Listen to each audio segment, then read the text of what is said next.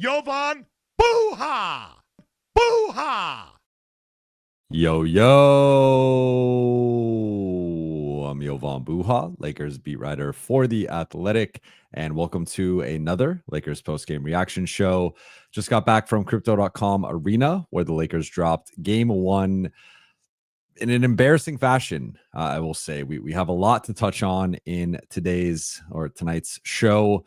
This was not the way I think many of us envisioned this series going. I think there were some concerns entering the series, and this game went decidedly in Minnesota's favor on both sides of the ball. So we have a lot to unpack, a lot to get into. But LA loses 117-95 in game one. Outside of Luka scoring 37 points, there was not a lot to be encouraged by on the offensive end for LA. Defensively, I thought they had a good first quarter. I thought they had a good last few minutes of the third, first few minutes of the fourth. But otherwise, this was a pretty brutal game on both sides of the ball. And really, in my opinion, a thorough ass kicking by the Minnesota Timberwolves. And there's going to be a lot of overreactions, and I don't want to overreact, and I want to have a proper reaction, and I want to sift through some of the stuff that I think is real, some of the stuff that I think is fluky, and some of the ways that the Lakers can be better in game two and moving forward. But in terms of first impression of this series, obviously, I think this is much more of a series than some anticipated. This was why I had stated the case of Minnesota or of LA winning this probably in 6, and it not quite being a 5-game series, which seemed to be the popular pick for a lot of Laker fans. But a lot to touch on. Before we get into it, you guys know the drill. For those watching on YouTube, please be sure to hit that subscribe button, turn on channel notifications, and like and comment on this video. For those listening on Apple Podcasts, Spotify, or your podcast platform of choice, please be sure to follow, download it, and leave a 5-star review. Shout out to the late night gang. Appreciate you all tuning in despite the result. And I know, again, I know a lot of people are upset right now, but I think that there is some stuff that we can take away from a positive sense for the Lakers, and certainly several key areas they can be better in game two. But Buha's big picture is this series, I think, is going to be tougher than anticipated. And I think entering the series, my prediction was Lakers in 6. I think after seeing game one, I would probably shift that currently to Lakers in 7. I had said entering this series, I had the Lakers as like 65-35 favorites. I would probably shift that to like 57-58 to, whatever, 43-42 favorites. Because I think there are some things from this game that will go in the Lakers' favor in the future. I think LeBron will be better moving forward. I think Austin will be better moving forward. I don't think Minnesota is going to shoot 50% on threes. I don't think they're going to hit 21 threes. At the same time, I don't think the Lakers are going to grow. I don't think they're suddenly going to get much stronger and physically, athletic and explosive. And I think there are some clear physical disadvantages that the Lakers have in this series that can partly be made up by adjusting the rotation. And I think there are a couple tweaks that I will touch on a little bit later. But I can only speak for myself here. I don't want to speak for anybody else. But I think seeing the Lakers fare well against OKC and seeing them fare well against Houston and Memphis and Dallas in recent matchups, and seeing them hold their own against bigger teams, against double big lineups, against bigger front courts, I entered this matchup with a certain level of optimism that, yes, on paper, they have Gobert, they have Naz Reid, they have Julius Randle, they have Jaden McDaniels, they have a really big front court, and there was going to be a bit of a discrepancy there, but I did not expect it to this degree. And the fact that, looking at Jaden McDaniels from a frame perspective, he is tall, and he had a note after the game that when Jackson Hayes is not out there, that he's the tallest guy on the floor, or at least taller than any other Laker, and that he feels like he has physical advantages against their front court. But to see JD McDaniels thoroughly outplay and just straight up bully Rui and DFS, it's like, if that's going to happen, the Lakers just don't have a shot in this series. And this is going to be like a 5 or 6 game series. Like, I think I typically refrain from using this term, and I want to be careful with it, but like, I thought there was several stretches tonight where the Lakers just played soft, and there's really no way around it. I thought the closeouts were either non-existent or lackadaisical. The rebounding outside of the first quarter, like they had an 11-2 second chance points advantage in the first quarter, and that completely went away. Minnesota ended up outscoring them 23-20 in second chance points. So looking at the rest of the game, it was 21-9 over the final 3 quarters, and the Lakers got some second chance points late. So it might have even been, like they got several offensive rebounds late. The final box score, they were out rebounded by 6, but they had multiple offensive rebounds in garbage time. If you look at it, DK had 2 and Alex Len had 3, and they checked in the final 3 minutes of the game. So you take away those 5 offensive rebounds, LA only had 8 offensive rebounds. That also knocks the rebounding total from 38 to 33. So in the competitive portion of this game, they were out rebounded by double digits. They were controlled or, physically dominated on the glass. They were dominated points in the paint, transition points at the 3-point line, second chance points. Like, it just was a thorough outclassing on both sides of the ball. And again, I think there are real things that the Lakers will do better and real adjustments that they can make. At the same time, there has to be a certain level of like, and JJ, I know talked about this on the broadcast of like, you can't, I just feel like they went through these stretches where there were lulls from like a physicality and an energy and intensity standpoint. And we've seen this with this group. That's why it's not necessarily surprising. And that's honestly part of my equation of why I was leaning 6 instead of 5. I was like, if you told me this group was locked in for every possession, every minute of the playoffs or of this series, yeah, I think they should win the series in 5. But that was not the case tonight. And that has not been the case consistently for this group, especially post LeBron and Rui injuries. So I think some of their bad habits reared their head at the wrong time. I also think some of their physical limitations, like the rim protection, was not good tonight. Jackson only played 8 minutes. LeBron ended up with 3 blocks, and he had the chase down block. I think he had a block or 2 on Randall, but it was like Minnesota getting to the rim or getting offensive rebounds for wide open kick out threes. And I think the one thing that now when reassessing this matchup after seeing game 1, I think the Wolves' physicality advantage is a bit more problematic than I anticipated. And I don't think that we can just look at like the OKC games or the Houston game or the Memphis games. Like, I think this is a different beast. And that does not mean, again, I still would favor the Lakers to win the series. I have not changed from my pick of LA winning the series based on game 1. I just think that it is going to be a dogfight. It is going to be a slugfest. This is probably going to be, unless Minnesota just runs away with it, I think this is probably going to be a 7-game series. That's just my gut reaction off of game 1. So we'll see in game 2 how LA responds and how they come out, especially in that first half. I think that will tell us a lot as to like where they're at mentally. JJ said he felt mentally and emotionally this group was in the right place, but physically they were not. And the thing is, like, this is as much of a break and like as much rest as they're going to have. Like, they are going to have now 2.5 days in between now and game 2. And there are some multi-day breaks in between other games. But like, this was the big rest. And it would be one thing if they just came out and like missed a bunch of shots and the process was good and they were playing with a certain level of energy and physicality and intensity. And it was just like, okay, LA had a bad shooting night.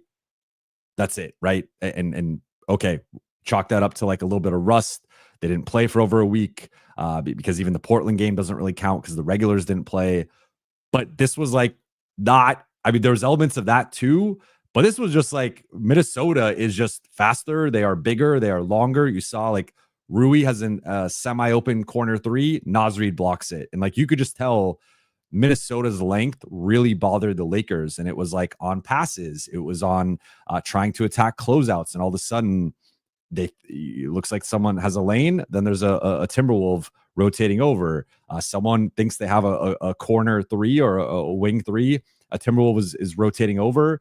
And that shot all of a sudden is short, or it has to be altered, or then they pass it up, and then they try to swing the ball, and then the shot clock's going down. So I think Minnesota's physicality and length and athleticism really disrupted the Lakers. It really made them uncomfortable outside of Luka. Luka just did whatever he wanted, but even within that, I thought they did a good job of kind of similar to what Boston did in the finals last year, but keeping it to like, Luka can drop 40 on us, but you see Luka had 37 and he did so efficiently, 12 of 22 shooting, 5 of 10 on threes. He got to the free throw line 9 times, 8 for 9 at the free throw line, but just 1 assist from Luka. And he created plenty of assist opportunities. He certainly had several hockey assists tonight, but Minnesota's game plan was like, Luka can torch us. And there was like, sometimes they switch with Rudy, sometimes they switch with some of their other bigs. They played a lot of drop coverage. They also blitzed him a bit, hedged,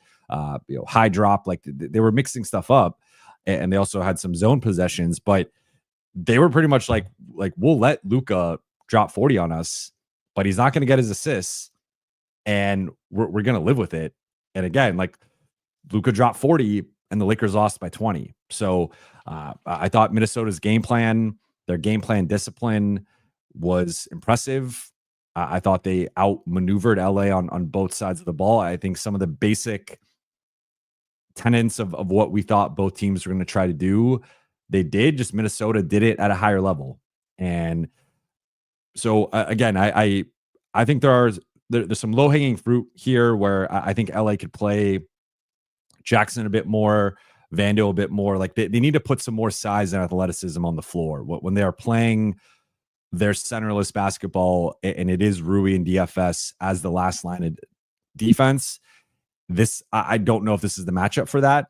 That could change, and there were some pick and pop opportunities that, Rui got a couple threes early, though those were more as like, I think one was in transition, one was more just like weak side shooter, and that's like the open kick out pass. But he did hit a pick and pop 3 against Gobert, got a couple of those opportunities. So like, I think they could spam that more. I think they could attack Mike Conley more. And I want to get into some of the game 2 adjustments a little bit later. But first thought was like, just from a like put the 3 versus 6 away, put the home court away, put the jerseys away, put the teams away. Just looking at the 2 teams going up against each other, Minnesota looked younger, faster, more athletic, longer, hungrier, more physical. And I think the Lakers can be better in like the physicality department. And that's to a man what everyone said after the game. I'm just like, they're not going to suddenly like have a Rudy Gobert on their team. They're not going to suddenly have a Jaden McDaniels on their team. Like that's just not their personnel. So I think there are some limiting physical factors here that they're going to have to figure out how to overcome. And again, I think it's a bit more problematic than originally anticipated, at least for me. Maybe I know there's plenty of skepticism among many Laker fans with the Wolves matchup, and I get that. And that's one I'll take the L on, where I was higher on the Lakers in this matchup than it seems to be is the reality here. And that's, something I will take the L on, just because I thought this was a better matchup for the Lakers. And again, I don't want to overreact because I'm still picking the Lakers to win the series. I just think like I was in between 5 or 6, and now I'm much closer to like this is probably 7 if LA is to go on and win, which again would be my current pick. Notable performers have to start with Luka, 37 points, 12 of 22 shooting, had 16 points in the first quarter. And as we talked about in the preview content leading up to game 1, they just have no answer for him. They started Jaden McDaniels on him, and I thought he did I thought he did better than he did in the regular season matchup, and he did better than he did in the Dallas series overall. But still, Luka was able to pick on Rudy or Naz Reid or Julius Randle, draw those mismatches, and then dance with those guys, hit his step backs on them, get to the rim, get into the paint. I think his 2-point shot continues to look, back to his previous standards. So that's an encouraging thing with Luka. Really, the only thing was the 1 assist and 5 turnovers, right? So I thought Minnesota did a good job of mixing in some doubles and some hedges and forcing him to make some tough plays against their length. I thought they did a good job of scouting some of the Lakers' tendencies and exploiting some of that. So I think that's a part like Luka can clean up. I would be surprised if he has another 1 assist, 5 turnover game. If he does, the Lakers are going to be in trouble. But moving forward, I expect him to have more of these 7, 8, 9 double-digit assist games and some lower turnover games. After Luka, it gets a little dicey, and this is why the Lakers lost by 22 tonight. Like LeBron, at first glance, his numbers aren't bad. 19 points, 5 rebounds, 3 assists. 8 of 18 shooting, 1 for 5 on threes, but didn't score until like I believe the 8:23 mark of the second quarter. And I think so there's clearly some concern with LeBron's groin entering this matchup. And when asked about it at practice, when we spoke with him, he just said, "I'm playing in game 1," which I know caused a lot of people to freak out about that response and like him not really giving positivity or clarity to the situation other than saying he's playing, which like obviously if he's playing, that's a good sign to an extent, but it doesn't mean he's over it or like fully healthy or feeling like himself. And I thought tonight the one thing that had kind of been a trend since returning from the groin had been his inability to beat bigs off the dribble. And I thought we saw that tonight. He got blocked by Rudy. I believe Naz and Julius had some nice contests on him and strips or blocks. And I just think his inability to take those guys off the dribble is a bit of a concern, because if I'm Minnesota rewatching game 1, I'm just saying when LeBron is calling on any of these guys in a pick and roll situation, I'm just switching it. And he's going to make some step back threes. He's going to maybe pull up and hit some mid-range jumpers. But I think you would live with that. He was not beating these guys off the dribble. Now, in the second half, there was some instances where in transition, cutting from the slot or being the weak side, kick out guy or skip guy, he was able to get downhill. And especially if it was ever Dante or Na or Conley as the guy rotating to LeBron, he was able to get by them, get to the rim, and he had some nice finishes in the second half. So I think them using him more off the ball, more as a cutter and more as a guy kind of attacking a rotating defense. I think that is certainly a way to get him some easy points, maybe pick up some fouls on Minnesota in the paint. But his jumper was not there tonight, outside of a couple of mid-range jumpers and hit 1 3. And I think the most concerning thing was like the inability to finish over some of their bigger, slower players and like beat those guys off the dribble. And outside of the Dallas game, that was really the one time he did that. He was not really doing that much down the stretch.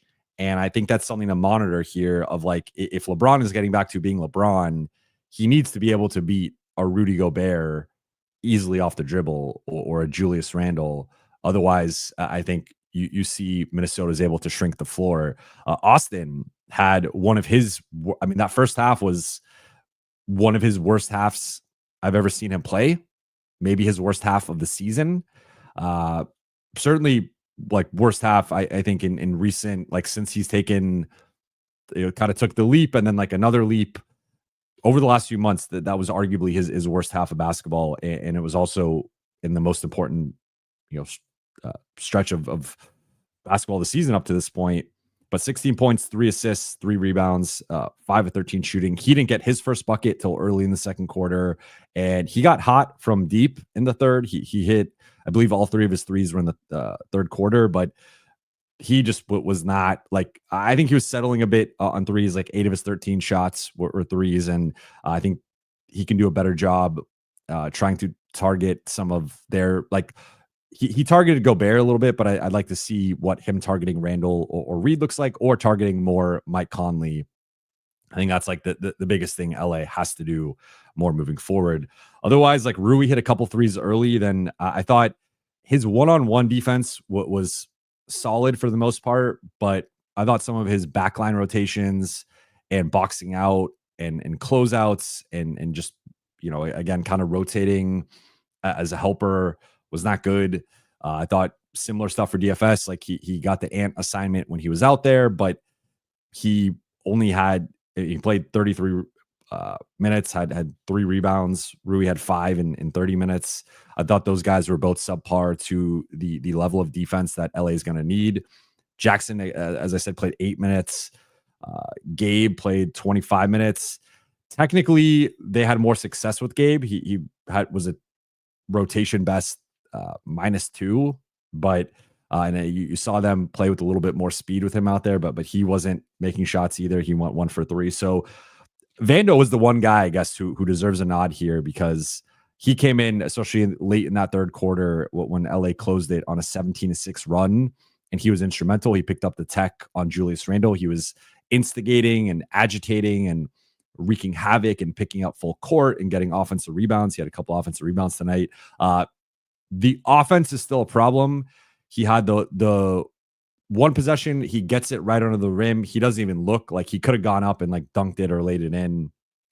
Probably laid it in, but he kicks it to Gabe. Gabe gets the 3. So like the result is good. But if you are a 6'9" player getting the ball right under the rim and no one is actually really around you, like you should be going up. In that case, I know 3 is worth more than 2, but in my opinion, that's like that needs to be a Vando layup, not a Vando kick out. Again, with just like no one really within, I want to say like 3 or 4 feet of him at that point. Like someone was rotating, but he could have just turned and laid it in. He had another play where he got a lob, he missed it. He did get the offensive rebound again and kick it to, I guess those were his 2 offensive rebounds. Or no, that one of them. But he kicked it to DFS. DFS hit the 3. So he did have a couple of assists, and that was helpful, but he still is struggling to finish and kind of catch and be a threat even around the rim, which I think is the bare minimum for his kind of player archetype. So that is one thing, but I think he and Jackson should play more in game 2. Then otherwise, LA went with basically an 8-man rotation. Jordan Goodwin played 3 minutes, and then no one else played until garbage time. Stat of the night for me, I mean, we could go through a lot of them, but I think the one that stands out is 25-6 in fast break points for Minnesota. Minnesota turned this game into a track meet, and if they do that, they're probably going to beat the Lakers because they are more athletic and they are quicker and they are more explosive and have better burst. Like they just have better athletes than the Lakers. It is what it is. So 15 transition opportunities for Minnesota, 5 for the Lakers. And these aren't even really accurate. If how the traditional box score is tracked versus like the reality, I feel like that Minnesota number is probably closer to 25 or even 30, and that the LA number was probably in double figures as well. But in terms of fast break points and what they deemed as fast break field goals, it was 15-5 in Minnesota's favor. So a 25-6 advantage in transition is decisive, and clearly Minnesota's game plan was, even after Lakers makes, we're pushing the ball on them. And it was successful. They got out in transition. They turned the Lakers over a little bit, and they really capitalized on that. They had an 18-9 advantage in points off of turnovers as well. Takeaway number 1 for me is I think that the Lakers have to figure out how they want to play Ant defensively. And I think, to take a step back, we knew that looking at how they defended Ant in the regular season, especially in that last matchup on February 27th, they were going to green, which was basically when they have the primary guy on him and they're going to try to force him, especially like they're going to try and keep him out in the middle of the floor. But when he's on one of the two sides, left side or the right side, they're going to try to shade him toward the sideline and toward the baseline. So what that does is that acts as basically two extra defenders having the baseline and the sideline there, because obviously there's only so much real estate. Then you have Rui or DFS or LeBron or whoever's guarding Ant shifting him a certain way. You have the low man who is shifted over toward the box, wherever you want to call it, and they're right there. So the goal is to you don't want to give him a wide open driving lane. So there's got to be that balance there in terms of your stance, but you're trying to shift him again, using the baseline and sideline to your advantage, and then also funneling him toward the help. And I thought LA, especially in the first quarter, did a really good job with that defensive game plan. But the thing that Ant did, and this has been a trend with him more recently, is like he just took what the Lakers were giving him and he made a bunch of smart reads and he picked them apart. And Minnesota was ready for LA's game plan. And I thought LA did a poor job of countering that, especially in at least in game one. We'll see how they approach it in game two. But I have not been able to. I went back and watched the like condensed recap of the game. Went back and watched some individual possessions on Synergy. So this is just coming off of the notes I took and my initial live watch of the game and like a little bit of film work. But I thought Ant played it about as well as like realistically possible given his playmaking ability. And so he finished tonight 22 points, 9 assists, and only 1 turnover. And for him to have a 9-to-1 assist to turnover ratio, that like if that happens, Minnesota is going to have a real shot to win this series. Like the Lakers, because and remember, he also got injured in the third quarter. He left momentarily with a calf injury or it was cramping. Then he was cramping again midway through the fourth quarter. So like he wasn't really fully right in the second half either. Now he did finish with 8 for 22 shooting. So like in theory that's a win for the Lakers, 22 points on 22 shots, but he made them pay with the 9 assists and just the 1 turnover. And I also think there was a lot of hockey assists in that, of him rotating the ball, kicking it out, getting the Lakers in the blender, getting them in rotation, and that leading to a bunch of open looks for Minnesota. So I think the Lakers' point of attack defense needs to be better on him. I thought it was poor. And like, he settled for some shots. And so looking at it, he was 4 for 9 on threes. So he was 4 for 13 on 2-pointers, and LA will live with that. So like that was, I guess, the successful part of the Ant game plan.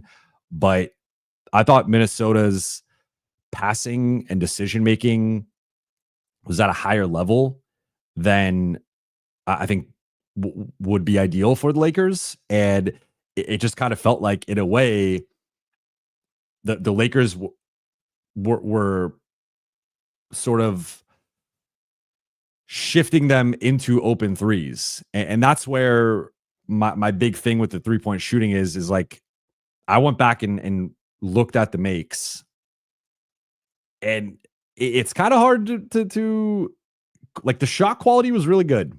And it was a season high for Minnesota in terms of they shot 64% on catch and shoot threes. They made 18 catch and shoot threes. Both of those were season highs. So I think it was an outlier shooting performance. At the same time, a lot of those threes were wide open. A lot of those threes were really good looks. And that's the part where it's like, if you let a team get confident and get in rhythm and just take target practice threes, they're going to have outlier performances. Like I put more of that on the Lakers defense than outlier shooting for Minnesota. Certainly 3 or 4 of those threes were probably shots that are not going to occur again later in the series or consistently throughout the series. But Naz Reid taking open quarter threes and open above the break threes. Jaden McDaniels getting open quarter threes. Ant, there being miscommunication on a split cut and who's taking Ant, and then Ant is wide open for a 3. Them not tracking Ant and Mike Conley in transition. Those guys getting open threes. Like, a lot of those threes were open. So that's where I'm like, sure, Minnesota will probably have a game or two where they don't shoot well. But if you give a team like this is a good shooting team, that's I think the part that kind of gets lost in this. They have multiple 40% 3-point shooters, and like Naz Reid had been struggling post All-Star break, but like he's a good shooter. And he hit 6 threes tonight, and a lot of them were wide open. So I think the Lakers have to kind of go back to the drawing board with their base defense. And I think I'd like to see more Vando on Ant. I'd like to see more Jackson in there. And at least if you're going to be switching and playing the style that the Lakers want to play, have a bit more size, have a bit more athleticism, have a bit more length. Like I think they need it.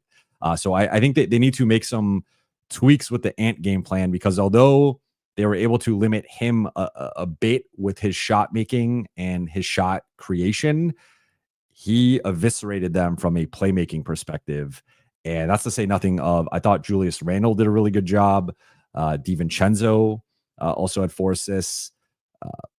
I just thought their ball movement and overall, they had 29 assists to the Lakers 15. So they almost doubled up the Lakers on assists. And like assists aren't everything, but it can be indicative of one team was moving the ball and playing team basketball. Another team was playing a lot of ISO heavy mismatch hunting when they weren't really able to create advantages in those mismatch hunts.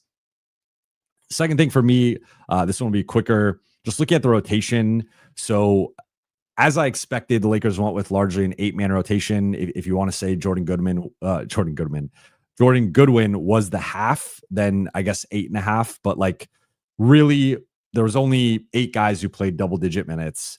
So I would consider that an 8-man rotation. But I think looking at the breakdown, so Luka and LA cleared the bench with 3 minutes left. So I think the principal guys all would have had an extra 3 minutes had the game been competitive. But Luka played 40, so that would have been 43. Austin played 37, that would have been 40. Rui played 30, that would have been 33. LeBron played 36, that would have been 39. Those are all kind of in line with what I would expect. But Jackson at 8, I just think is too low. Like I get JJ has his reservations with Jackson, and he missed a couple lobs that I think at least one of them he was fouled on, but like he didn't get the call and they were still dunkable for him. So like I don't think Jackson like played well to be clear, but he is a 7-foot athlete in a matchup that has a lot of athleticism and size on the other side. And I would like to see Jackson at least play 15 minutes a night. Like this was where when Crangus and I talked about it, I had some reservations about Jackson playing a lot in this series, and that maybe on paper it was more of a Jackson series, but just knowing JJ and knowing his tendencies, I felt like Jackson was probably going to be in like the mid-teens, but 8 is like half of that, right? So I think, and Jackson, he didn't even have a foul tonight, so it wasn't like he struggled with foul trouble. I don't think he made much of an impact when he was out there, but I would still like to see Jackson play at least in the mid to potentially high teens. And then I think Vando's the other guy where at 14 minutes, like I think that probably needs to get a little closer to like 18 to 20. And you are giving up some stuff offensively that you're going to have to figure out. I thought they did a good job when Vando was in, using him as a screener. I've talked about that, where if Vando is on the floor, you almost have to involve him, because if he's off the ball, that gives teams a hiding spot. So if you use him as a screener, as a DHO guy, like I think that's the right way to do it. And I thought they largely did that. He does have to get better with his finishing, and like that is a real limitation. But I thought Vando, with his defense, ball pressure, playing passing lanes, just being disruptive, being physical, Lakers needed that. And I think that's something that they're going to need more of in game 2. And then I know Gabe, like they kind of won his minutes relative to the rest of the group, but if he's not making shots, I don't know if this is the right. I mean, like he can guard Dante and Nod and Conley and whatnot, but like I would almost lean a little bit bigger if I'm LA. Obviously, more Jackson and Vando changes the spacing dynamic, but I think you got to play more size, more athleticism, more length. And then takeaway number 3 is just game 2 adjustments. In terms of game 2 adjustments, I think the biggest thing has to be who the Lakers mismatch hunt. I think they did this it got better in the second half, but I know this is something that Cranjis was talking about. This is something Jason Timpf has talked about, that them targeting the bigs, I don't think is necessarily the right approach. I think they were able to target Gobert with the pick and pops, and that I think is fine. They could do more of that. But actually, them trying to take Gobert off the dribble did not go well largely tonight, other than them like lofting up these high arching contested mid range jumpers. But I thought he did a good job of corralling ball handlers. I thought Naz Reid and Julius Randle switched onto guys and did a good job. So I don't actually think the Lakers have this like massive advantage against the Wolves big men. I think where the massive advantage is, they got to target Mike Conley. And I was surprised at how little they targeted Mike Conley tonight. I think Minnesota did some stuff where he would hedge, and like they also tried to keep him from switching when the Lakers did try to target him. But I think they got to target Mike Conley and make him almost unplayable. Like tonight, he had hit a couple threes, had some assists, only played 23 minutes. So he was lower in the rotation, but target him. I think targeting Na and Dante DiVincenzo as smaller guys, especially with Luka and LeBron, is also another way to go. But I think it needs to be targeting their smaller guards and not the front court, because I think the front court actually held their own for the most part. Maybe they don't hold their own in future games. So I'm not saying like don't ever target them, but I thought LA was really trying to be like, let's get Nas, let's get Julius, let's get Rudy. It didn't really go well, and they have had some unless Luka's like hitting a step back. And Luka, again, was really good offensively, so I'm not even really talking about him. I'm more talking Austin and LeBron.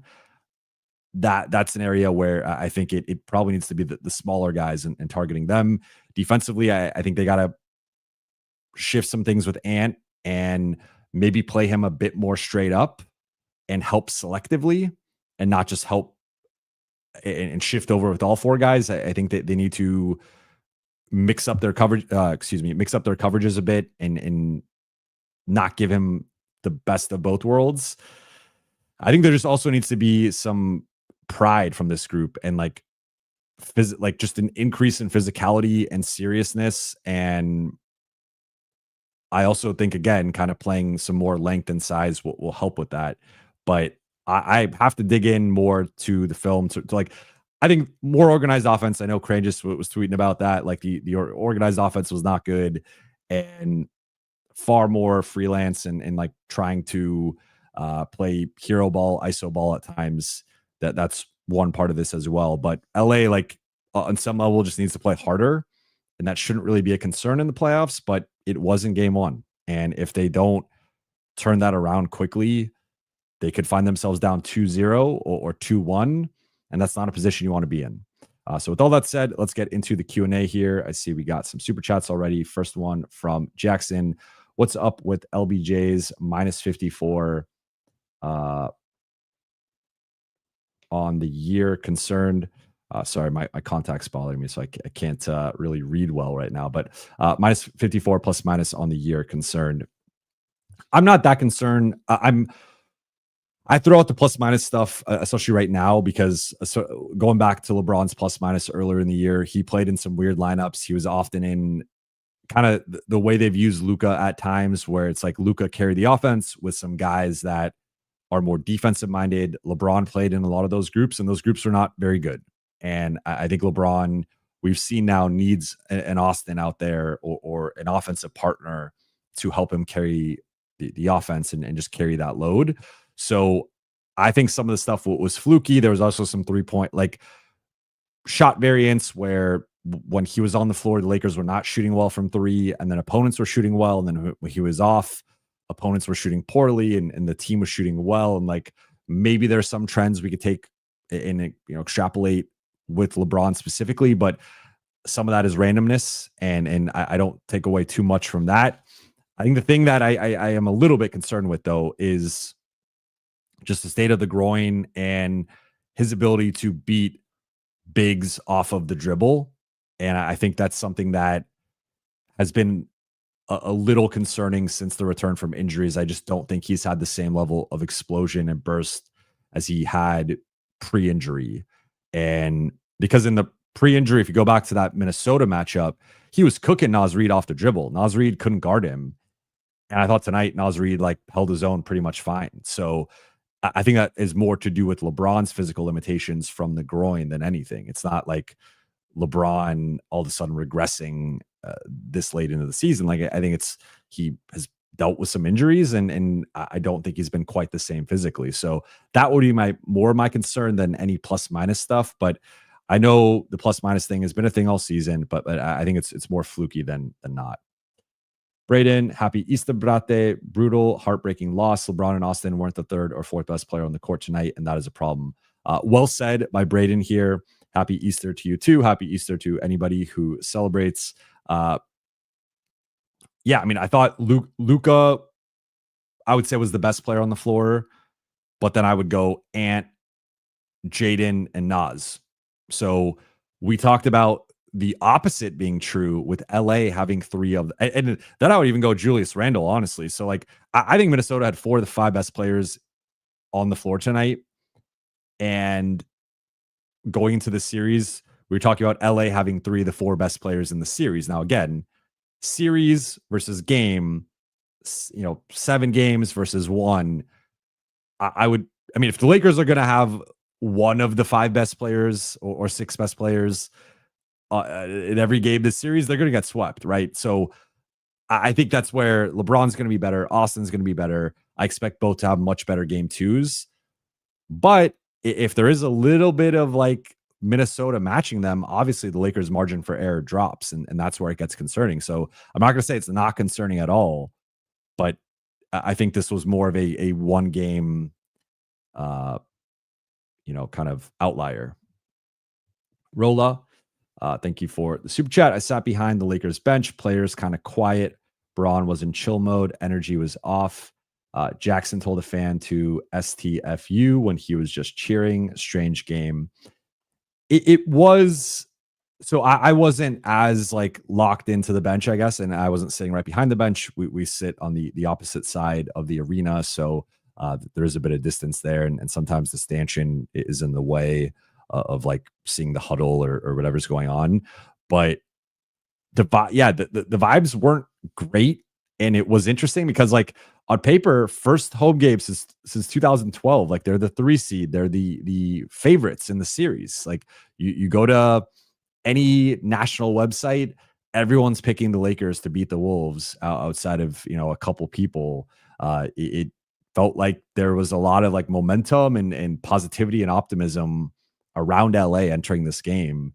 And then the vibes didn't really match that. So certainly something that they got to go back to the drawing board with in terms of just the energy and the spirit of the group.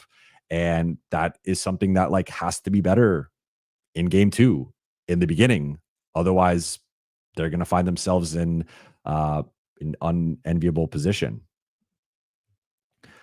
Bo and Chung, Lakers were low energy. Nothing was going in. Wolves wanted it more tonight. Thanks for the food and drinks Thursday night. And it was lovely meeting your wife.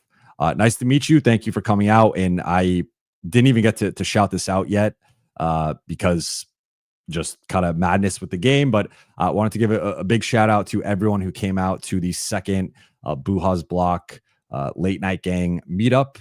We met up at Barney's Beanery in Santa Monica and had drinks and food and a good conversation about the Lakers, about the NBA. And it was a good turnout. I was about like almost double the turnout of the first one. So continues to grow. And what was really cool to meet a bunch of new people and break bread and whatnot. So wanted to give a shout out to you and give a shout out to everyone that attended on Thursday. Yeah, I mean, I think this was like kind of the summation of it. The Wolves just wanted it more tonight. And I get like as the underdog and as the road team, you do need to ideally steal one of the first 2 to have a shot to win the series. You can go down 2-0 and then like win both at home and still win the series. Right? Like there's multiple ways a series can play out, but like historically, typically the team, if you're going to be the road underdog to pull off the upset, you often have to win one of the first 2. So the Wolves did their job, and now it's on the Lakers to not only win game 2, but go back to Minnesota and at least take one of them if not both, to try and put the pressure back on Minnesota. So it was interesting to see the Lakers like kind of be the less, I mean, not even kind of like be the less hungry team when I would say for the most part they've been pretty hungry down the stretch here. They wanted the 3 seed, they wanted to win 50 games, they went out and did it, and then for whatever reason that just like wasn't really there tonight. Fahim, thank you for the super chat. LA is now 2-4 in games with more than 3 days prep. Disappointed in the coaching prep and in-game adjustments.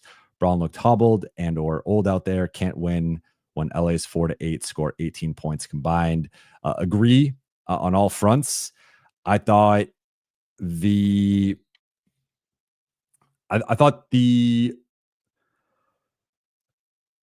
was not a well coached or prepped game in my opinion. I thought the adjustments weren't great either. And I think the offensive organization was not up to par. And we've seen when the Lakers have some of these games where they are freelancing a bit more, the offense goes off the rails a bit. I thought pulling Jackson, Jackson played 3 minutes, 3 minutes, 2 minutes, I want to say. It might be, or 3, 2, 3. He played 3 shifts and no shift was more than 3 minutes. And again, I don't think Jackson has been at quite the same level on either end of the floor. I understand that JJ has been playing him progressively less and that sometimes it's counterintuitive, but against bigger teams, he likes to play Jackson a little bit less to space them out and make them guard in space. But I thought just from like a rebounding, rim protection, physicality, athleticism perspective, they really missed him.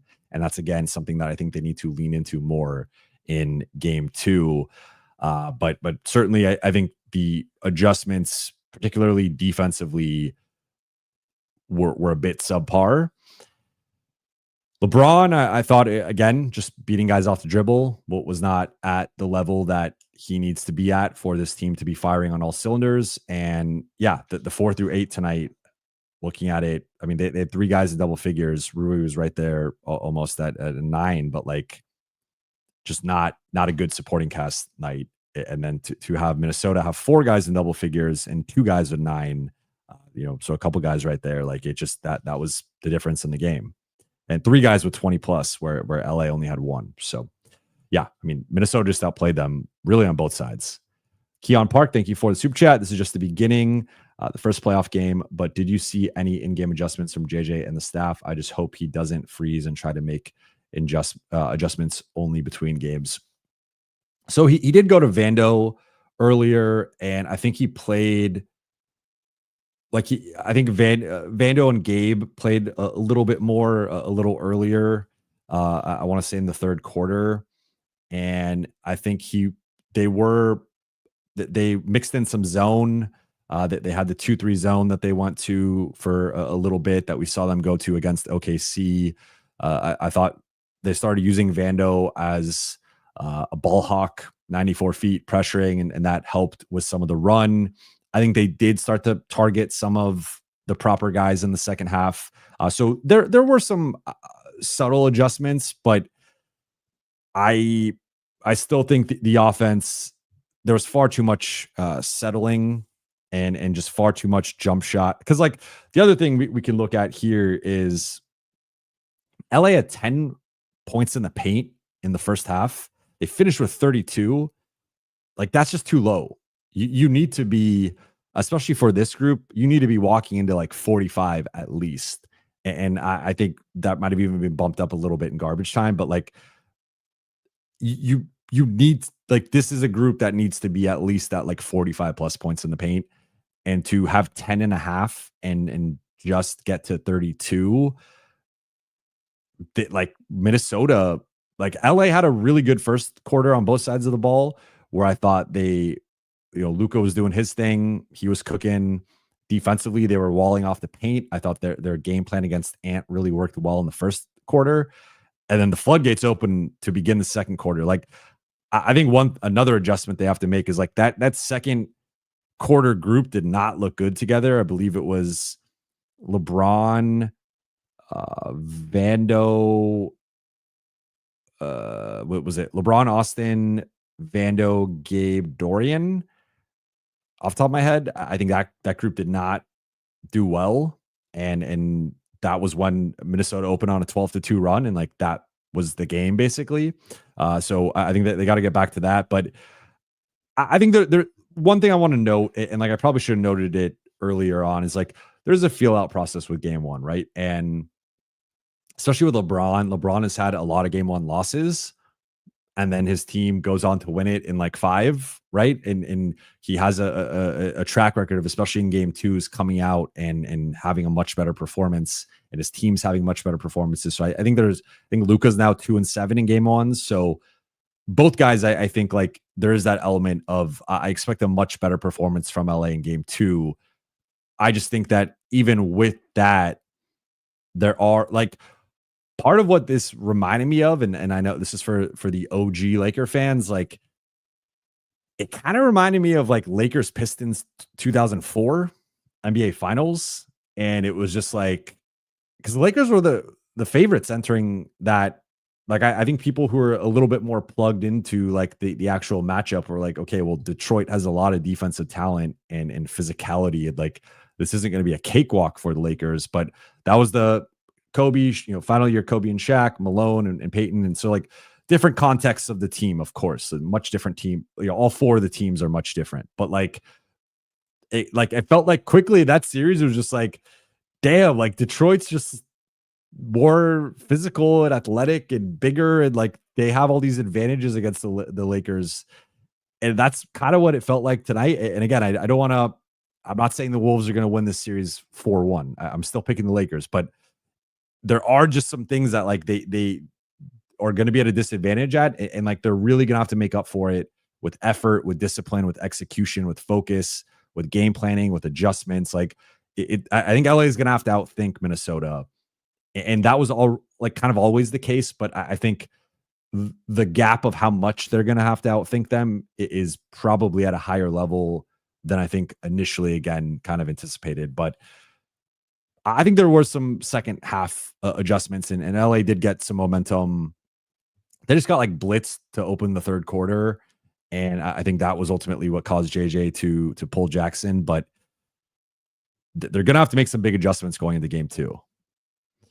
Nico Harrison's burner. What up, man? W meetup. You paid for the beer, so I'm paying it back to Super Chat. I appreciate you. I think we need to have the same game plan as Min to an extent. Let Ant cook and nobody else get involved. Worries me if we advance moving forward. Blessings always. Shout out to you. Shout out to you. Came to both meetups, so appreciate you. And yeah, I think that's probably the way that this needs to go. Like, you got to be careful with, you don't want Ant getting like layups and too easy of buckets. But if Ant's just going to cook Rui or DFS in a one-on-one matchup and hit step back threes or hit pull up jumpers, like I think you live with that. And I think you need to take away the other guys. And again, like you can force, like test Jaden McDaniels again, test Julius Randle again, see if those guys are going to make threes. But there's a difference between dictating where the ball's going and contesting those shots versus just them dictating where the ball's going and those shots being wide open. And then again, these guys are all NBA players. They are professionals. And once they get open shots and they make one or two, that gives them a certain level of confidence and rhythm, and just they get into a certain flow. And especially with Minnesota, like this was something that propelled them to the conference finals last year, was they would have these runs where they would just blitz you and have these monster runs, which they had in the middle portion of this game. They outscored LA by 34 in the middle portion. And it's almost like an avalanche. Like that's just how they play. So LA's got to be careful with that. And I think it's really the other guys of Ant ignites it, and then it spreads to the rest of the group. But you got to keep that flame. And I'm using a bunch of different analogies here, but like you got to keep that contained to just Ant and hope that you can, keep him in front of you to an extent where if he's just taking a bunch of pull up jumpers, like you live with that. But when he's doing that and then you're overreacting, over helping, over rotating, then Nas is in the corner or on the weak side or McDaniel. Like I thought McDaniel's, I talked about him, but like he was my X factor for the series, and he was awesome tonight. I thought he out physicaled Dorian and Rui and LeBron, and had 4 offensive rebounds, but especially against like the smaller guys, if it was Gabe or Austin, you're just pushing those guys around. And on paper, again, he kind of has like the Jack Skellington body, right? Where he's 6'9", and he's got the long, slender arms. He's not like Brandon Ingram style, I guess, but still, like he's a slight guy, but he was just out muscling them and just out wanting it, right? And I thought he attacked closeouts. He hit a couple pull-up jumpers. He was getting into the paint. Like he was really impactful tonight. He was arguably the 3rd best player on the floor, in my opinion. James is connect that bad of a defender that he can't get run. We need offensive production off the bench. We also need Braun more involved, rebounds, assists, anything. I mean, I think the writing is kind of on the wall with Dalton now. Like, and again, I've been trying to say this, and I know that there's a lot of Dalton intrigue and people clamoring for him to play more. Like, I just feel like looking at the way JJ has used him, he's clearly been the 10th man, and there's clearly been a limitation to how much he trusts him. I think the biggest thing has been the defense, but even going back to earlier in the season, there's been stretches where a play is run for him and he doesn't remember the play. And like, I just think there's been some rookie mistakes, some processing, decision-making mistakes. And I think defensively there's been some growth, but I think they will, like, there is a scout, like there's a scouting report out, right? And teams will target Dalton and they will bring him into the action, and he does not fare well in those scenarios. Now, could they just test him out? Maybe, for sure. But I think I don't think JJ has. It was funny because I asked him about his rotation entering the game, and he said he had not made any decisions, and he wanted to adjust, and like he wanted to kind of keep it fluid. But his rotation was basically his rotation, which is the 8 guys that he trusts, a little dose of Jordan Goodwin and nobody else. And again, can Dalton maybe get that dose instead of Jordan Goodwin? Maybe, but I don't see him playing like serious minutes unless he comes in and hits like 3 threes and just is shooting flames and like has to play. And that's certainly possible, but I don't know if we will see that. So to answer your question, I think from a playoff, like, because one big thing with playoff matchups is it does come down to like strengths versus weaknesses, and you want to minimize your weaknesses. And part of your weakness can be having a duck, can be having a guy that's going to be hunted. And that is Dalton. Like he is by far their worst rotation defender, if you're even including him in the rotation. And like, that is something that teams are aware of. Again, like the jury is out. Teams are going to target him. So I think that's where JJ he has leaned much more defensive than offensive in these instances. Although I think there's also a mix of offense when he benches like Jackson and Vando. So that's my read on the situation. But yeah, Braun also has to be better. Jamie, again, can you ask JJ about the lack of organized offense? Yeah, I mean, he's been a bit, I would say, defensive and deflective about it. But I can bring it up again. Rich, feel like the Lakers lost more than the Wolves won. 21 threes, fluky, and LA was too relaxed. Home cooking carves off some of the edge if left unchecked. I would agree with that. Yeah, I would agree with especially the first part of, like, I think a lot of the Wolves 3-point shooting had more to do with the way that LA was guarding them and their mistakes. So I totally agree with that perspective of like LA kind of like lost it more than Minnesota won it. I don't want to discredit. I thought Minnesota had a clear game plan on both sides of the ball. They were locked in on it. I thought the decision making, like, it took them a quarter to kind of figure things out a bit, and they got off to a slow start. But to do that, I thought the crowd was great tonight. I saw some stuff with the crowd, like people criticizing the crowd. At least to begin the game, the crowd was awesome. There was a certain buzz, a certain anticipation. Luke, like the crowd loves Luka. Luka's getting off to the hot start. The crowd's feeding off that. Like I thought it was an awesome crowd. And to weather that as Minnesota, like Minnesota was down 7 going into the second quarter. Like LA had a lead. They were playing well. They had an advantage. And then from that point on, it just was all downhill. So I do agree to an extent that LA lost this game more than Minnesota like won it. But I want to give Minnesota credit for, I thought they executed their game plan better. I thought they were more disciplined. I thought they were hungrier. I thought they were more physical. That's to say nothing of like, there are some advantages of just like Rudy Gobert's 7'2", DFS is 6'8", and there's a difference there. If those guys are battling in the paint for a rebound, Rudy is probably going to get the rebound. Like that's just what it is. But so I agree with you to an extent.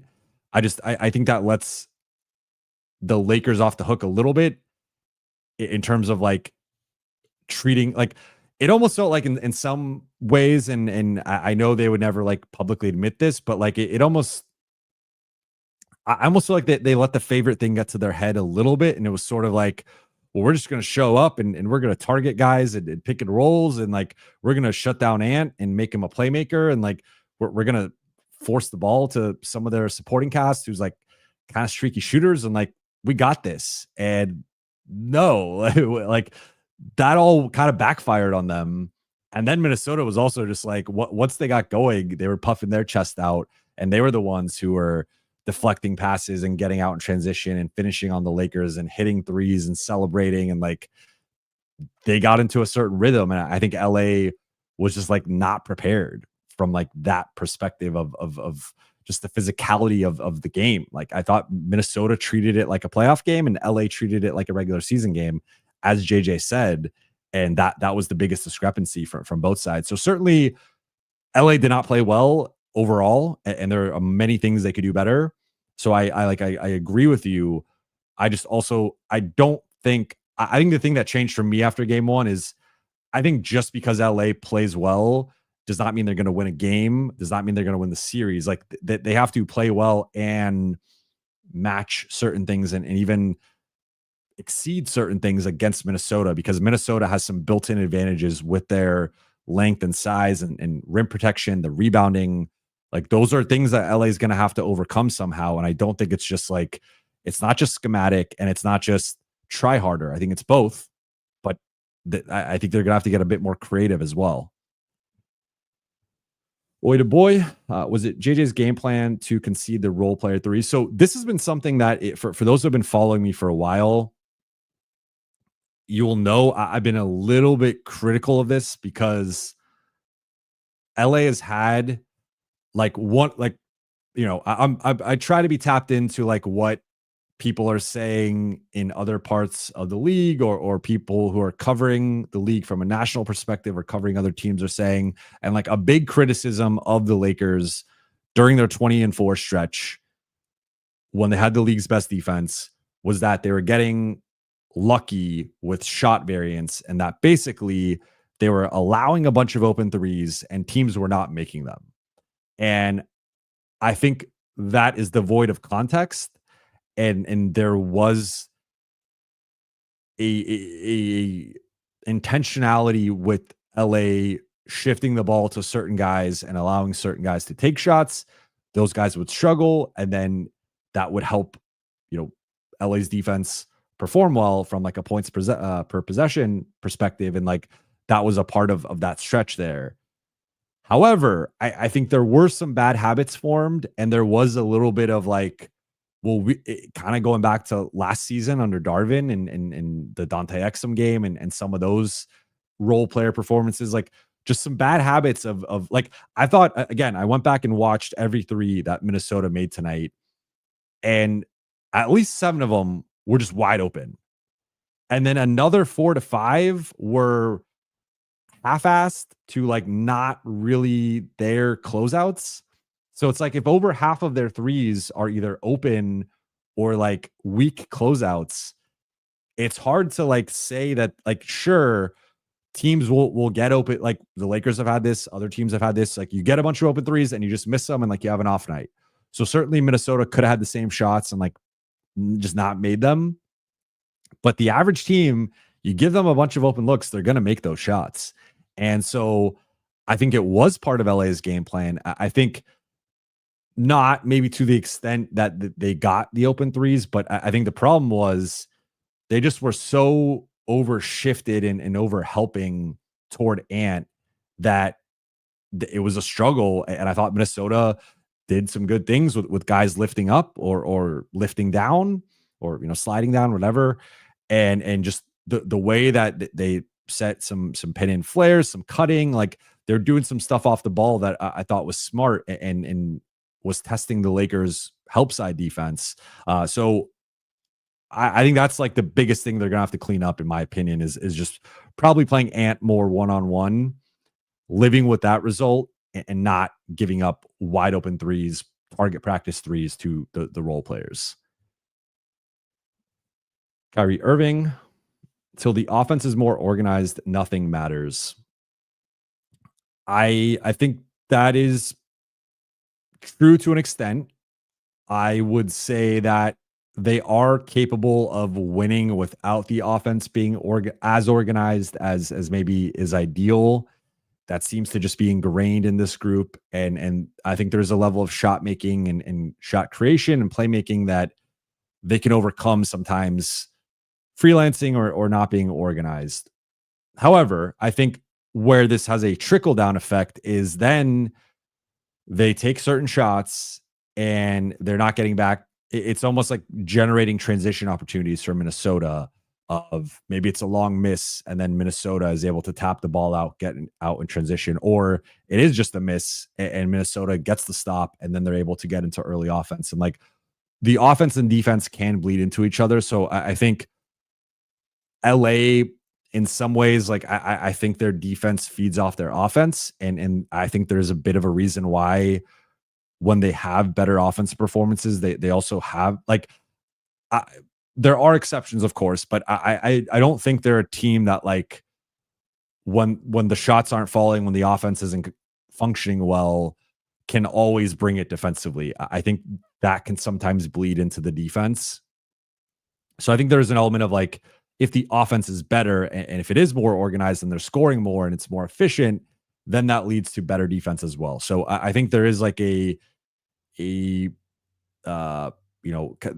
things can kind of play off of each other. And that is something to monitor moving forward. Is like, I think if the offense looks better in game 2, it'll probably lead to better defense, because also there's just like a human element of if a guy makes a shot, they're going to run back. Like how many times do you see like a role player make a shot and then they run back and they're like clapping and they're like, let's go. Like, and match up and they're calling out the matchups. And like, that's just basic. Like you see that in rec leagues, you see that in pickup, and you see that in the NBA. Like it's just a basic thing of if you're a guy who doesn't get the ball as much, you get an open three, you got a cut for a layup, or you get a dump off pass for a finish, you're going to run back on defense and be like amped up and like, all right, let's go. Like that's just how it goes. So I think LA was a little bit too ISO heavy tonight. Certainly part of the offensive organization playing a role in that, but then that also leads to, I think sometimes not as engaged defense. And I would push back that like, it's the playoffs. You need to just get over it and like be engaged. And that's what the playoffs require. But I think to your point, if the offense is more organized in game 2, which I expect it will be, I think we'll see a better defensive output as well. All right, diving into the chat here, I'm going to go a little bit longer.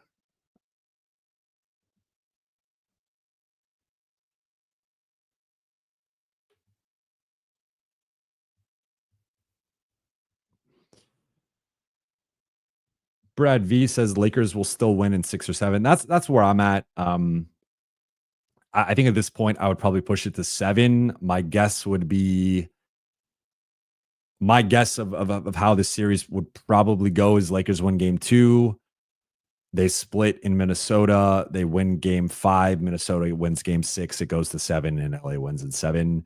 Of course, if Minnesota wins game 2, then we're talking about a totally like a potential, I just have a tough time seeing LA getting swept, even if they're down 2-0. But like, we're talking about a potential 6-game series or maybe even 5-game series in Minnesota's favor. So like game 2 is a must win. Like, let's be clear about that. Game 2 is a must win for LA. But yeah, I'm still leaning LA in 6 or 7, though I probably pushed it more.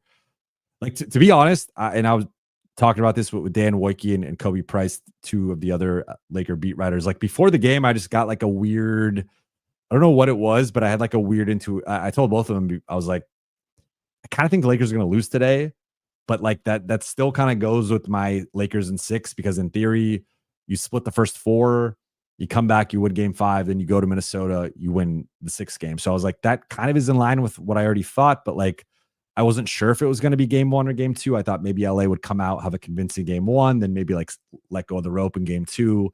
I wasn't sure like which way that was going to go, but right before, kind of like 30 minutes or so before tip, I was like, I'm just getting kind of a weird feeling. I don't know what it is. Like, I kind of feel like the Lakers are going to lose this game. So I wasn't really like surprised that they lost, because I don't know. I just had that feeling. However, it was like the manner in which they lost was what was concerning for me. And that's what, to me, I think shifts it from like a 6-game series to a 7-game series personally, but we'll see. See, we got another super chat from Pizza Delivery Man. What's your level of concern right now? If we want to say like 1 to 10,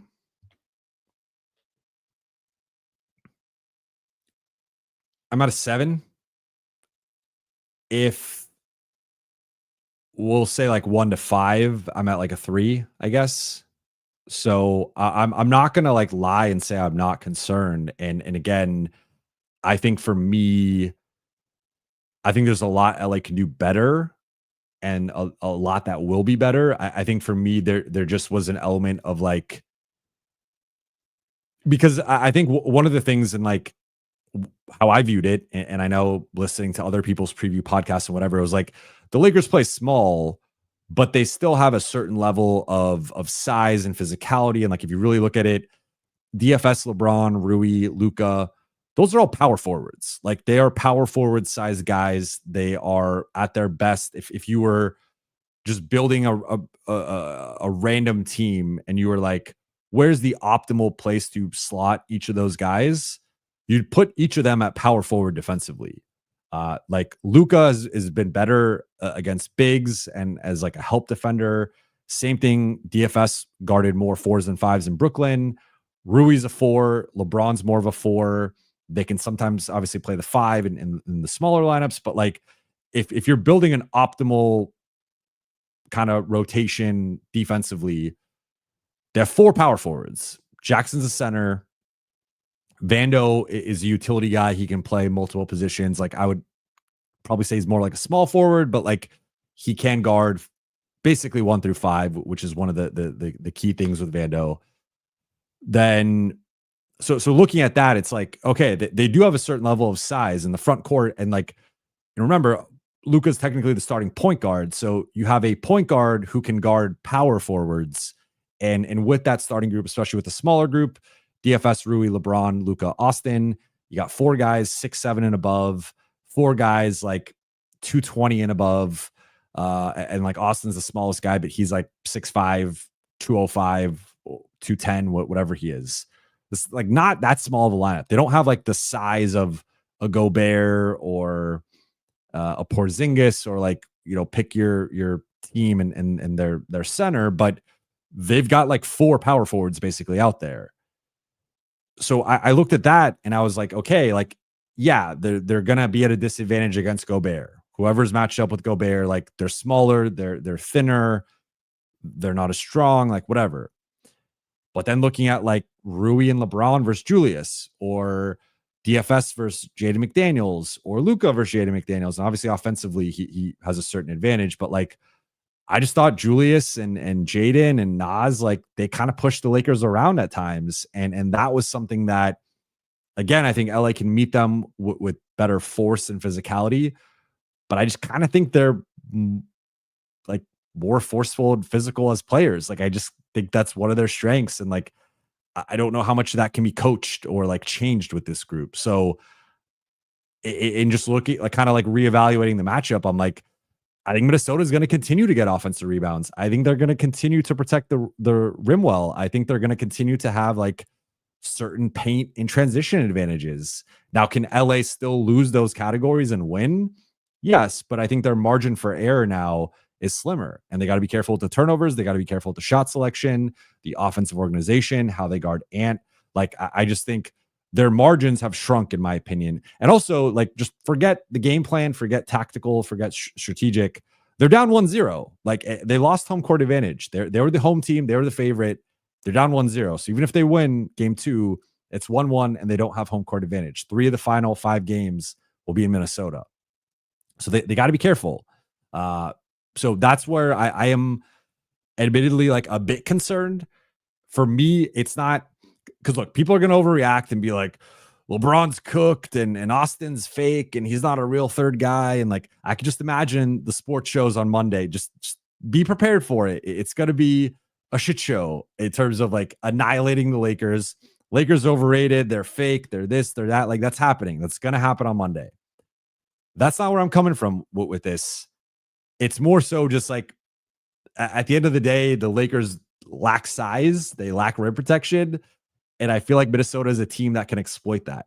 Now, and that can be a clarifying thing where like just moving forward, regardless of what happens with the series, I think when the Lakers look at what the roster should look like next year, I think they have to take into account this matchup and just some of these other matchups in the West of like, I do think you need a bit more size. And I don't think that's a surprise. We've talked about that going to the trade deadline. We talked about that with the Mark Williams situation. Like, it's clear LA has needed more size, but I think this is just a further clarifying situation where it's like, it might cost them in this series. I'm not saying it will. I still am picking the Lakers, but if they lose, I think the size element is a huge part of this and potentially the driving force behind them losing the series. So that's just something to monitor, I guess, throughout the series is like how that keeps popping up and how they're able to negotiate that size disadvantage. Fahim, Wolves shot 9-12 on corner threes and 69% in the paint. Can't see them shooting lights out every game. Teams with home court down 0-1 the first round have gone on to win the series about 59% of the time. All good numbers. Again, I would contend that like they don't have to shoot. There's 6 games left, right? Ultimately up to 6 games. Minnesota doesn't have to shoot that well 6 more times. They have to shoot that well 3 more times. And I think the Lakers 3-point defense will be better. So I think that will be an adjustment. And then Minnesota will have to counter that. But if it's not, and this has been one of their weaknesses, has been giving up open threes throughout this stretch of being a good defense because they are so keen on taking away the paint and rotating and swarming that inevitably there's going to be some cracks in the defense and some weak side threes that they give up. I think if like, I'll say this, if they defend the same way for the next 6 games, I think Minnesota will win the series. And I think they will have 3 more games, maybe not quite at 21 threes and 50%, but 17 threes, 18 threes. Like, Minnesota could have hit 3 or 4 fewer threes tonight and still won this game. That was not the reason they won by 22. So I will say, like, I agree with you in like a blanket way of just like, they're not going to make 21 threes every game. They're not going to shoot 50% every game. But the Lakers did not defend. Like, I just want to be clear that the Lakers did not defend the 3-point line well. If they defended the 3-point line well and Minnesota hit a bunch of BS contested shots, it's like, hat tip. All right. They had a hot shooting night. This was not that. This was poor defense by the Lakers and just wide open threes for the Wolves. For, I would contend off the top of my head, just again, I watched every Wolves make.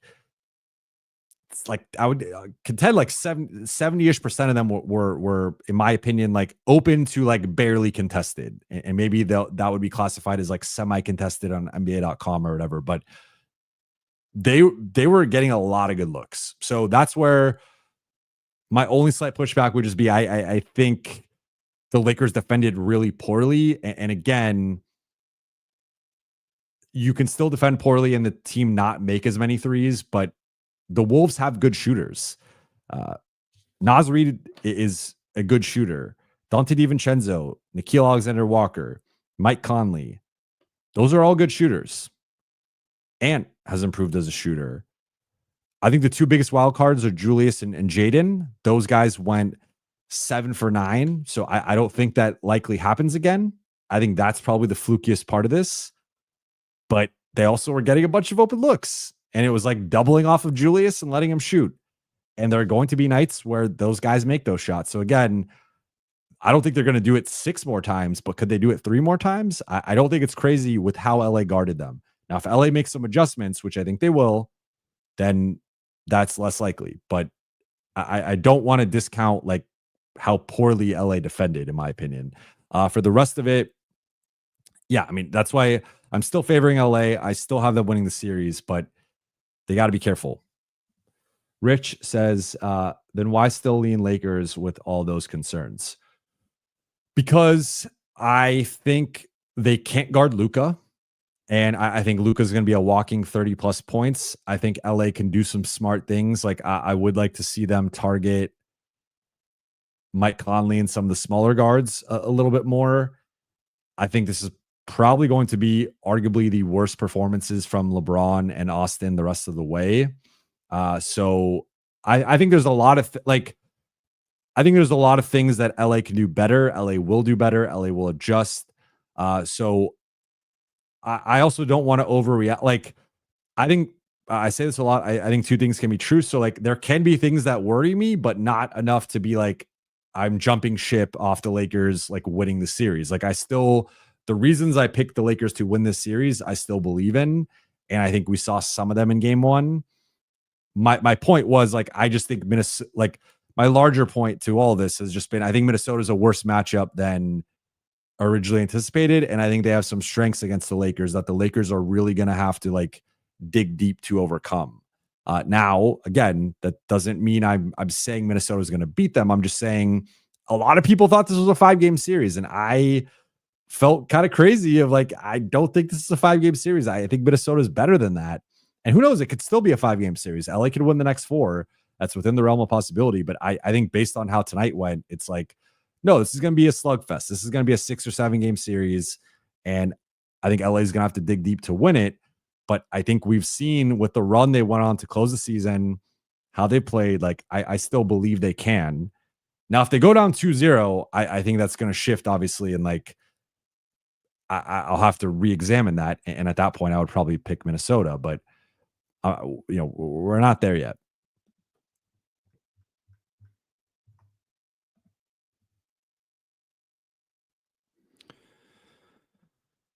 Natalia says the Warriors were a much easier matchup. Certainly possible. I mean, I think I still think that the Warriors, the switching and their shooting and Steph and the movement, there are some things that test LA in like a different way that I don't want to look past. But like, I know I was more bullish on the Wolves matchup. A lot of people were bearish on it, and that's where I'm. I will take the L apparently, depending on how this series plays out.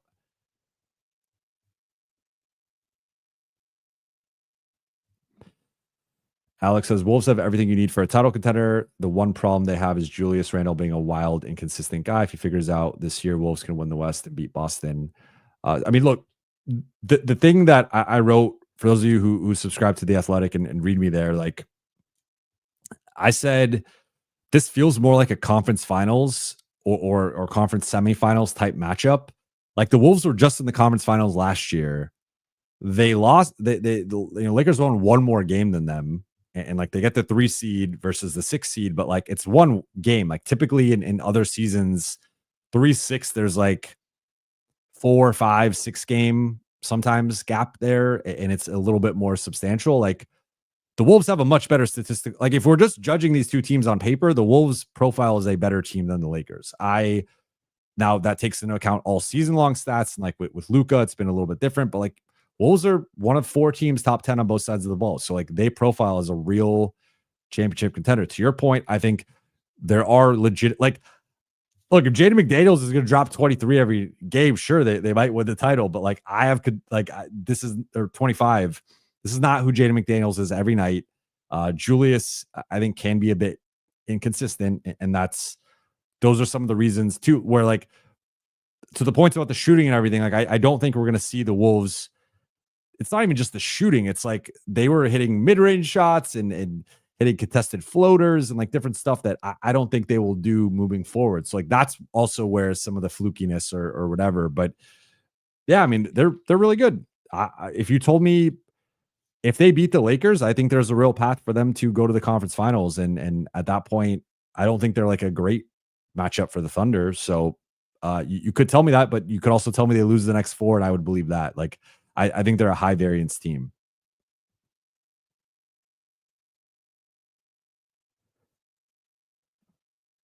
Paul says Lakers don't have any bench, Jovan.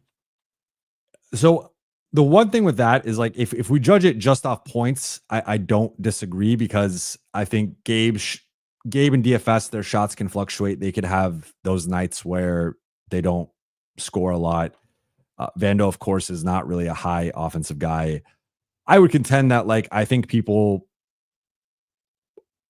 like when they're evaluating benches, and I'm not saying you do this to be clear. I just think in general I see this discourse like I think a lot of times people just equate like points to like good bench and not points to bad bench, and I think it's a little bit more nuanced than that because like DFS, there will be games DFS has 6 points, 8 points, and it's like he was the Lakers' 4th best player that night because and led them in plus minus, but like because of the defense, because of the floor spacing, because of being the connective piece offensively, like that stuff doesn't always show up in the box score. That stuff doesn't always just show up in points. So if you're saying they don't have a high scoring bench and that is a disadvantage, I agree with that, especially in comparison with Nas and Dante and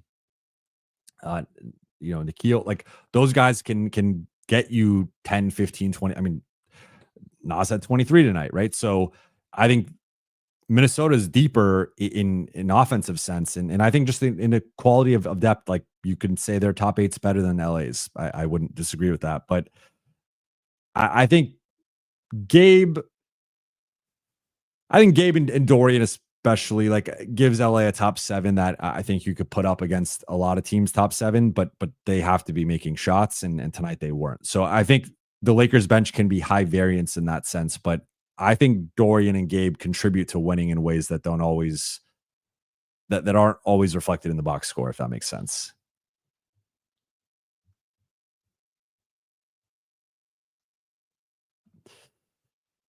Jamie says, Jovan, why do you think the Lakers don't run any 2-man actions with Braun and Luka? Braun just floats around offensively early in games. Why not get him designated looks off of Luka?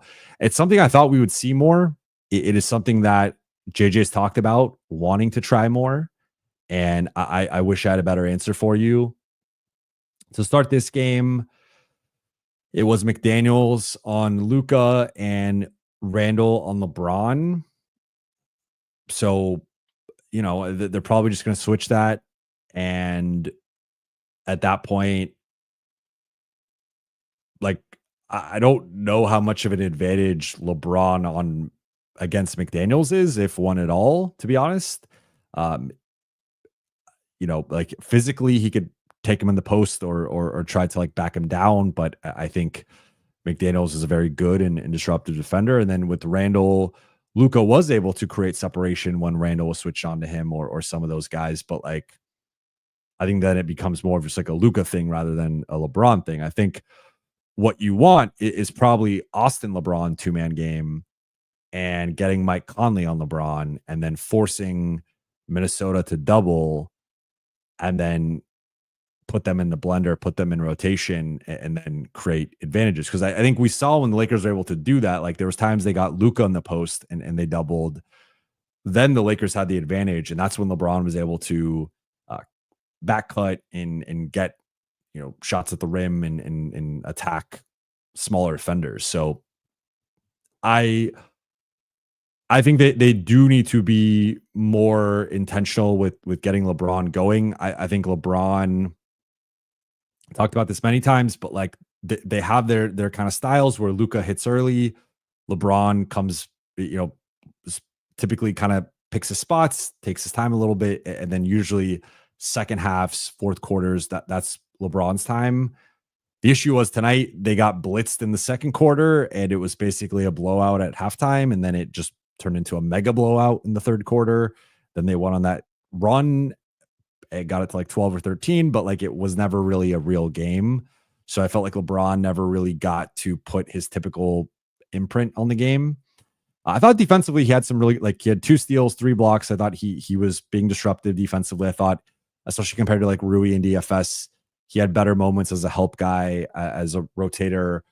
Some of his closeouts were not good, and he lost some guys off the ball. But like, I'm with you though. I think they need to be more intentional with getting LeBron going, and especially if you can get some foul, like you could get him with an advantage against Rudy and like draw a foul, or Julie. Like once he gets downhill and he gets a step, that's when you see he's still LeBron. But if it's like trying to create the advantage himself, I don't think he's been able to consistently do that at the level he was able to pre-injury. That's just been my observation. So I'm with you though. I think that they need to do a better job of that.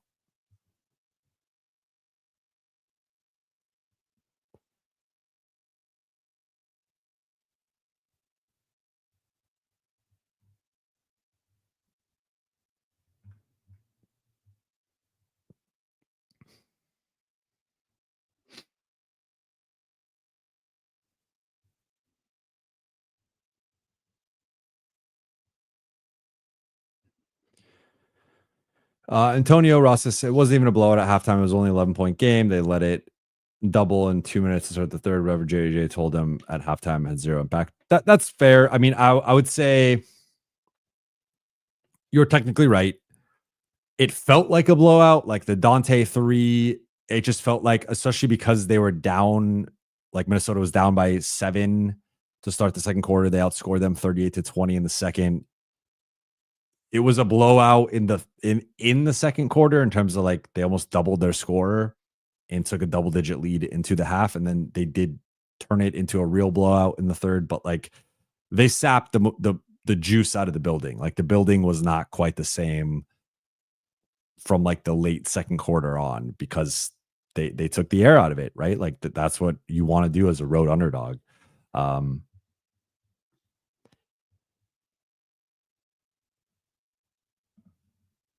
Nas says, do you think Luka needs to be even thicker to play good defense? No, I think Luka's been fine as an off-ball guy. I think it's on the ball that like they targeted, rewatching it, like Ant was targeting Luka a lot in the fourth and scoring off that. But yeah, I could barely see right now, so I'm actually going to call it here. My contacts have been bothering me all day, but look, I will be back tomorrow. I'm recording a pod with Crangus and Tom from Lakers Exceptionalism, so we'll be going over some game 1 thoughts, adjustments for game 2. So be on the lookout for that. On Monday, I will be recording probably with 2 guests, kind of going over game 1 and adjustments, one from the Wolves side, one from the Lakers side. So a lot of content coming out before, because Lakers don't play again until Tuesday. Certainly a punch in the face, but the Lakers are not knocked out. They have 6 more games to win 4 more games. I think this is going to be a long series. It's going to be a tough series, but I still think the Lakers have certain advantages and strengths that they can leverage better and make certain adjustments that they probably should have made at halftime or third quarter. They didn't. It is what it is. On to game 2. These types of things happen. I see Nico Harrison's burner.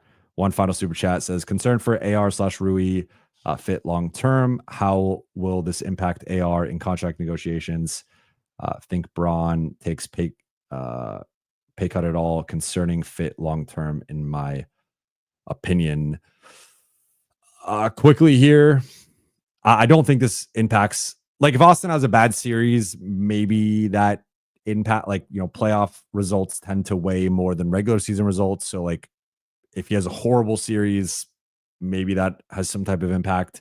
I don't think that. I think this probably ends up being his worst game in the series, but we'll see. LeBron pay cut. I've long said that. I think if you look at who, remember that LeBron was willing to take a pay cut for a specific list of players. It was a short list of players. I would argue two of those players were never realistic in James Harden and DeMar DeRozan. The only two that were realistic were Klay Thompson and Jonas Valanciunas. Klay picked Dallas, Jonas picked Washington. So like we never knew what, but let's just say he was going to take the pay cut for them. Those two, they picked another team instead of the Lakers. Okay, is what it is. I would assume going into this summer, it would be a similar thing where he has a list of guys he would. That list is probably small, and it might not be a very realistic list. So I'm personally a bit skeptical of a major pay cut coming. This is a guy who's been underpaid throughout his career. He has said it previous times that he has acknowledged being underpaid. He's also trying to buy an NBA team after he retires. So for as crazy as it might sound for a guy who's worth over $1 billion, every dollar does matter to an extent for him when trying to put together.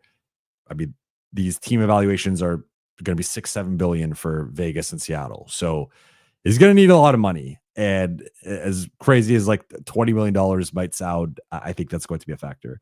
Please don't aggregate this, by the way. Concern for AR Rui long-term fit. I think there's a bit of a defensive limitation there with that combination and like the other three guys you probably need. I thought another thing tonight, they did target Rui a lot in ball screens and were able to get by him, especially on like DHOs or certain actions on the wing. I thought they blew by him a bit. So there might be a bit of a limitation there, but we've also seen plenty of Rui AR lineups work, be it starting lineups, closing lineups. Lakers won 50 games with those two guys being a big part of it. So I don't think it's like a giant concern long term, but I think in either direction, like ideally with Rui, you have better defensive guards who can ball pressure and like contain dribble penetration. And with Austin, you have better defensive wings who can do the same thing, but against bigger players. And he doesn't have to be the primary guy on Ant like he was tonight for a lot of the game, at least with the starters. So that would be my kind of quick 2 cents on that. But I'm going to wrap here. I appreciate you all. Shout out to the Late Night Gang. Shout out to you all in the chat. Again, I'll be back on Monday with more new episode of Buha's Block, and I'll probably go live before game 2 at some point. But that will do it. Thank you all so much for watching and listening. For those watching on YouTube, please be sure to hit that subscribe button, turn on channel notifications, like and comment on this video. For those listening on Apple Podcasts, Spotify, or your podcast platform of choice, please be sure to follow, download, and leave a 5-star review. I'll be back Monday. I will talk to you all then. I promise things will get better. Can't promise they're going to win the series, but I think game 2 things will get better. But we will have a lot to break down over the next couple days, especially after I rewatch this game. I'll talk to you all very soon.